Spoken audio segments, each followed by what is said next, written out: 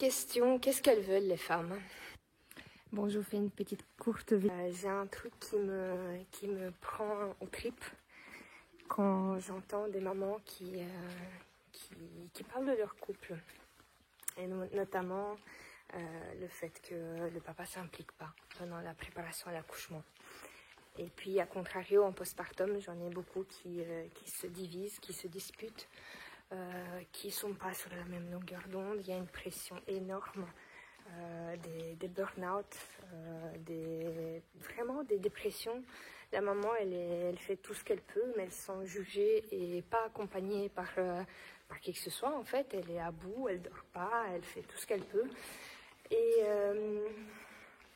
Et au final, en fait, tout retombe sur elle, parce que si son bébé ne dort pas assez, c'est sa faute. S'il ne mange pas assez, c'est sa faute, etc. Il y a tellement d'injonctions. D'où la question, qu'est-ce qu'elles veulent les femmes? Alors à tous les maris, à tous les compagnons, les compagnes, les femmes ne sont pas compliquées. Elles veulent juste quelqu'un sur qui se reposer. Et c'est pour ça que c'est très intéressant, d'ailleurs c'est primordial, avant même de concevoir un bébé, parlez de vos besoins, communiquez. Dites-vous qu'est-ce qui est important l'un pour l'autre. Prenez le temps de connecter, prenez le temps de vous découvrir, prenez le temps de donner vraiment des cadres. Qu'est-ce qu'on fait si il se passe ça ou ça ou ça? Dans le cadre de l'accouchement, le mari n'est pas, ou la compagne, n'a pas à être invité à assister à l'accouchement. Je reprends ça parce que c'est très important.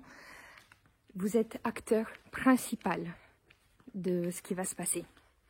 Vous êtes son pilier, son roc. Pour être son roc, vous devez savoir par quoi elle va passer, de quoi elle a besoin.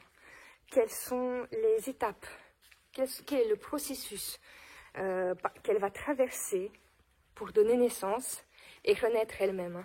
Et en fait, par la même occasion, vous allez naître avec elle. Parce que le couple, ce n'est pas juste une entité à deux et chacun fait de sa vie de son côté. C'est vraiment regarder dans la même direction. C'est vraiment ressentir, c'est une faculté en fait de simplement se mettre à la place de l'autre, mais en plus c'est une synchronisation profonde.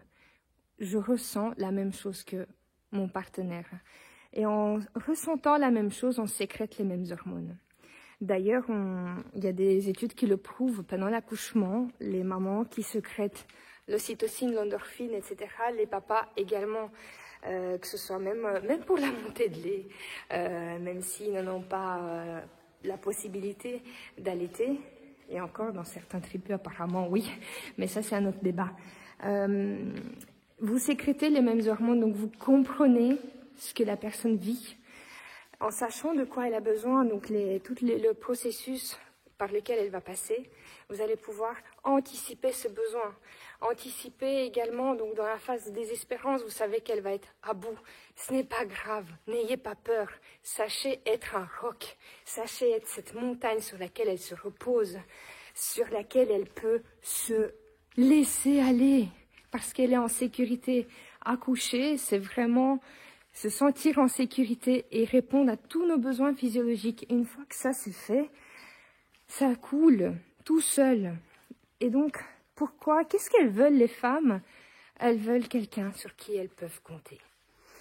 Pour pouvoir compter sur vous, compagnons, compagnes. Sachez que c'est une responsabilité. Et si vous voulez la prendre, elle vous sera rendue au centuple. Parce que c'est dans ces moments-là, c'est dans les moments les plus difficiles dans la vie qu'on crée les plus belles fondations, les plus belles, les plus solides, les liens les plus solides. Et quand vient le temps, parce que l'accouchement n'est qu'un moment, j'aime bien dire ça, mais aux parents que j'accompagne, c'est la première page du livre qu'ils écrivent. Et la suite des chapitres, elle sera donnée par ce tempo-là. Comment vous créez votre couple? Quelle est votre communication, votre symbiose, votre bloc en fait? C'est un peu nous deux contre le monde entier. On n'a pas besoin d'être contre le monde entier, on s'en fout. Mais c'est clairement ça. Si la famille a besoin de donner son avis sur comment poser ou pas son bébé, le prendre ou non dans les bras, lui donner à manger, lui donner à boire, lui faire quoi que ce soit, en fait, vous êtes là à deux. Et donc, cette sensation de plus participer à la vie de couple, c'est vraiment faire partie. C'est faire partie de ta tribu que tu prends en main, que tu diriges avec toute ton énergie. Et de cette énergie, on en a besoin. On en a besoin pour construire le monde. Si on continue comme ça va aller dans quel sens? Si on s'écoute et qu'on fait vraiment des belles choses ensemble, on construit des beaux êtres. C'est très superlatif et dans le jugement ce que je dis, mais vous allez comprendre. Un couple qui se sent bien, qui a des bonnes relations, qui sont bien établis, qui se respectent l'un l'autre, qui arrivent à se mettre à la place de l'autre, qui a l'empathie. C'est un couple qui donne un exemple aux autres enfants. Et les autres enfants, ils vont grandir et ils vont être adultes un jour. Et vous allez donner le plus bel exemple, c'est le plus beau cadeau que vous puissiez faire à votre enfant. C'est de lui donner un sens.